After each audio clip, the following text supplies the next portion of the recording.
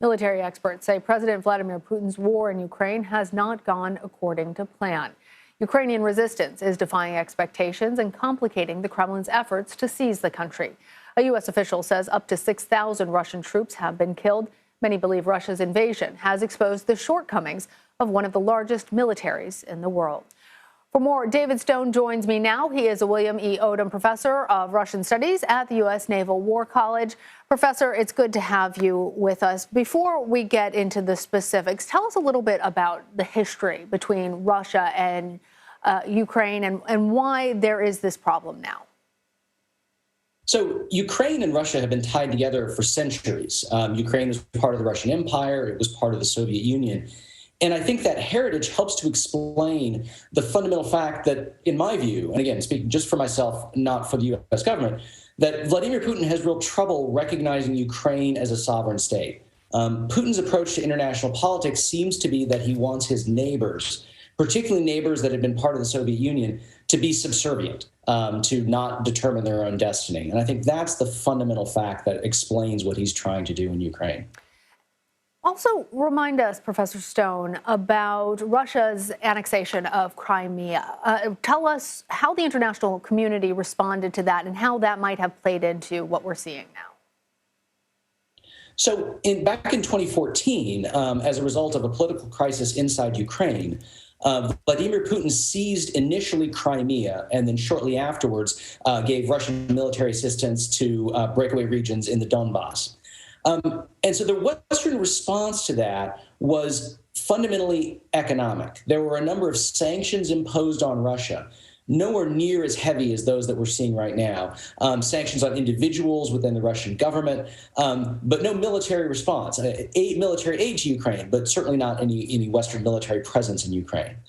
And subsequently, of course, there's been a debate. Was enough done? Should more have been done? But again, the sanctions were there, and they certainly did damage to the Russian economy, but not so much that it dissuaded Vladimir Putin from trying again in 2022. Professor Stone, let's talk about Russia's military capabilities. By accounts of how large the military is, it's the fifth largest in the world in terms of its on the global firepower index. It ranks second only to the United States.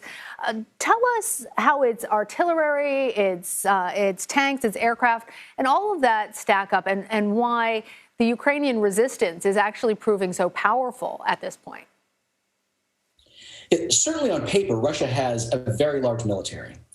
I think one of the things that we are learning from what we're seeing in Ukraine right now is that the proportion of that very large army that is combat effective is smaller than we realized. That to put this force together to invade Ukraine, Vladimir Putin has been stretching his resources of good soldiers and good equipment. And I think there's a fundamental problem of overconfidence that's going on here as well. But certainly we've seen that the Russians have not been able to operate with nearly the efficiency that they certainly would have expected. A lot of signs from early in the invasion suggested that Putin and his regime expected a very quick victory that simply has not materialized, in part due to stalwart Ukrainian resistance, but also in part due to flaws in the Russian military modernization.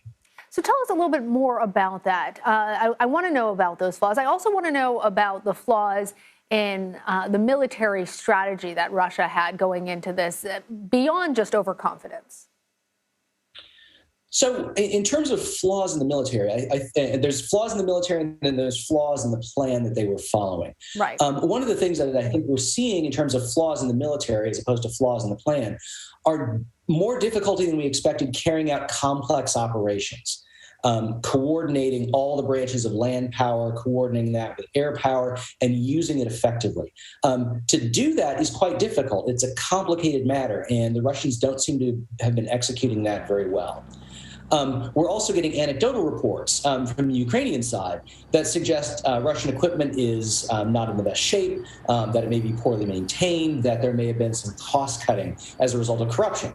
If money that's supposed to buy high-quality equipment instead flows into private pockets, then obviously that military is not going to be as effective as it would otherwise be. So again, I think we've seen problems in execution and problems in equipment and problems in morale. it seems fairly clear that most of the Russian military didn't really think Vladimir Putin would go through with this invasion. And so they weren't prepared mentally and emotionally for what they were going to be doing. And so it seems to have come to us as a surprise to a lot of the troops on the ground that they would be fighting people who look and sound a lot like them. And that has proven to be a big problem. Now, again, I think there's an additional problem of overconfidence, but that's a separate issue and a separate discussion. All very helpful. Professor David Stone, thank you.